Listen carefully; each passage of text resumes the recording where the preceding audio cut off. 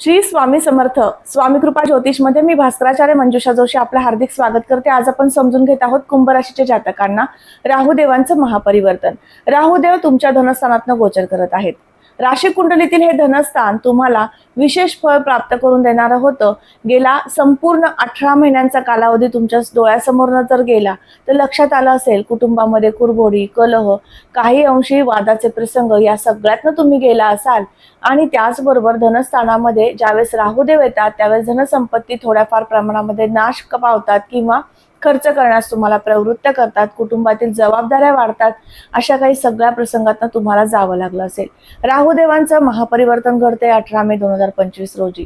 तदनंतर मात्र तुमच्या कुंडलीतील लग्नस्थानामधनं राहुदेवांचं गोचर सुरू होईल। कुंभ राशीमध्ये राहुदेव येतील।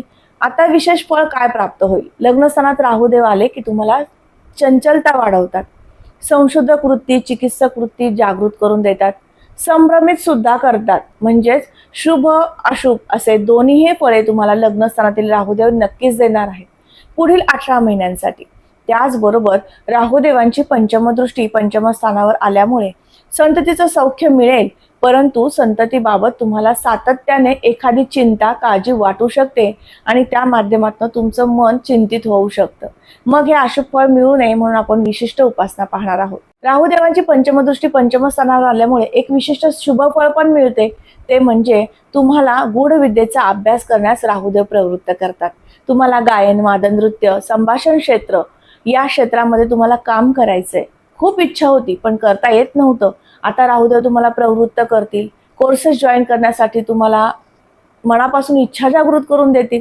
याचबरोबर ते जे शिक्षण तुम्ही अर्जित करणार आहात त्यामध्ये तुम्हाला ज्ञान संपादन करून देण्यासाठी सुद्धा शुभ संकेत आणतील।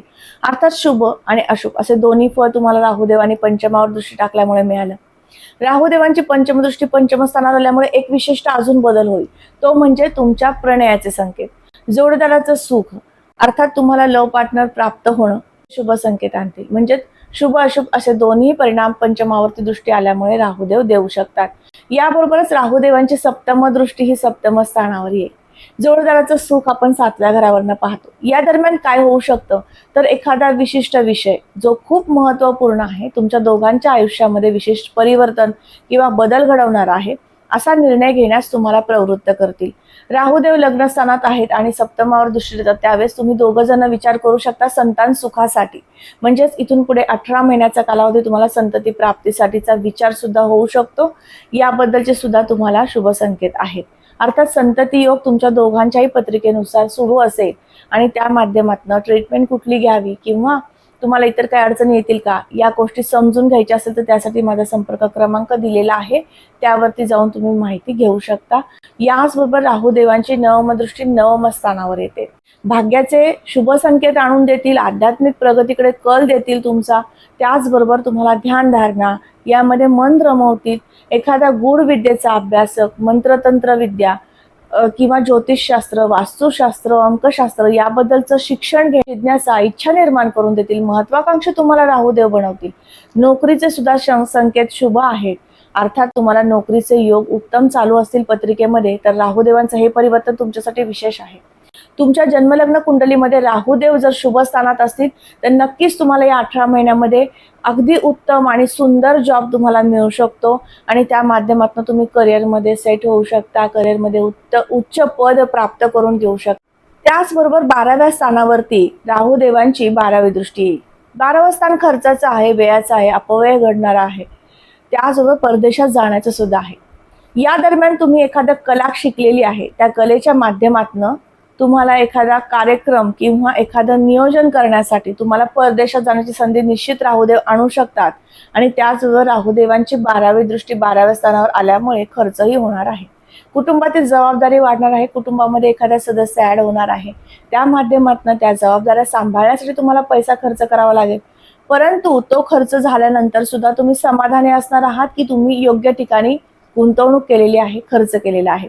अशा पद्धतीने योग आहेत. परदेशात जायचंय, परराज्यात जायचंय, नोकरी करायची आहे, व्यवसायासाठी जायचंय, तुम्ही सगळ्या वर्गाला सांगू इच्छिते 18 मे नंतर तुम्ही तुमच्या कामाची गती वाढवायची आहे. तुम्हाला विजा, पासपोर्ट या संदर्भातील कामामध्ये अडथळे असतील, अडचणी असतील, त्या सुद्धा दूर करण्यासाठी आपण उपासना पाहणार आहोत. ती उपासना करा. त्या उपासनेची जोड घेऊन तुम्ही तुमचं काम उत्तमरित्या करत राहा. नक्की यश तुम्हाला संपन्न होऊ शकतं. 18 महिने तुम्हाला कुठली उपासना करायची ते आता समजून घेऊयात. राहुदेवांचं बळ प्राप्त व्हावं यासाठी काळ्या रंगाच्या गाईला तुम्हाला चना डाळ आणि गूळ अर्पण करायचं आहे आणि त्या माध्यमातून राहुदेवांची विशेष कृपा प्राप्त करून घ्यायची आहे. भटक्या कुत्र्यांना पोळी खाऊ घालायची आहे, त्या माध्यमातून सुद्धा राहुदेवांची कृपा होईल.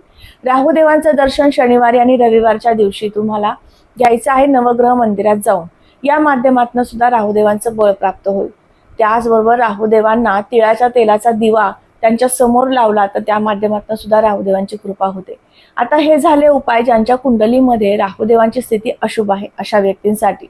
इतरांसाठी मात्र तुम्हाला संपूर्ण शुभ स्थितीमध्ये राहुदेव तुमच्या कुंडलीमध्ये असतील तर शुभ फळे तुम्हाला प्राप्त करून देतील, अशुभ तीव्रता कमी करतील. त्यामुळे तुम्ही पशुपक्ष्यांना जरी अन्नदान केले, दाना पाणी ठेवण्याची व्यवस्था केली, तुमच्या घराच्या बाल्कनीमध्ये किंवा बगीच्यामध्ये तुम्ही जर गेलात तर त्या ठिकाणी सुद्धा दाना पाणी देण्याची व्यवस्था तुम्ही जर पशुपक्ष्यांसाठी केली तरी सुद्धा राहुदेव तुम्हाला प्रसन्न झाल्याशिवाय राहणार नाहीत.